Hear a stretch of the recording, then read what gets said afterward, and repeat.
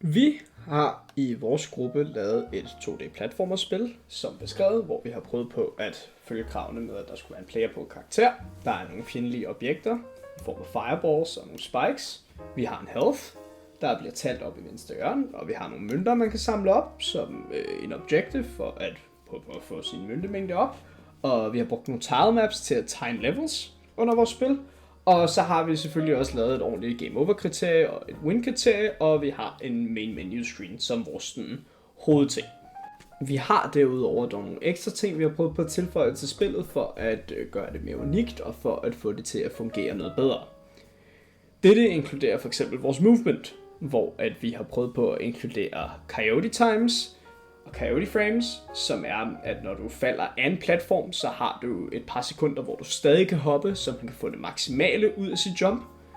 Så har vi derefter også inkluderet jump buffering, som er, at hvis du kommer til at trykke på piltasten lidt for tidligt, før du rammer jorden, så registrerer den stadig et hop, og du kan hoppe efterfølgende alligevel. Og det er for at gøre spillet mindre frustrerende som en platform at bevæge sig fra platform til platform.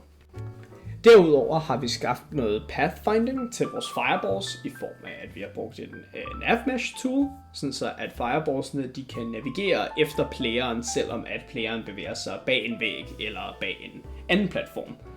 Og det er for at gøre spillet en lille smule sværere.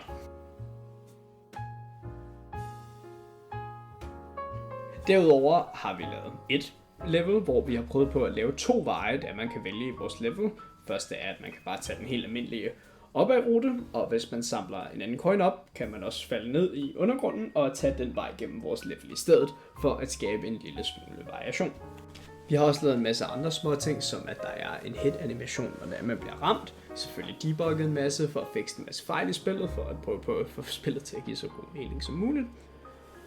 Og ja, det er sådan set det for vores præsentation.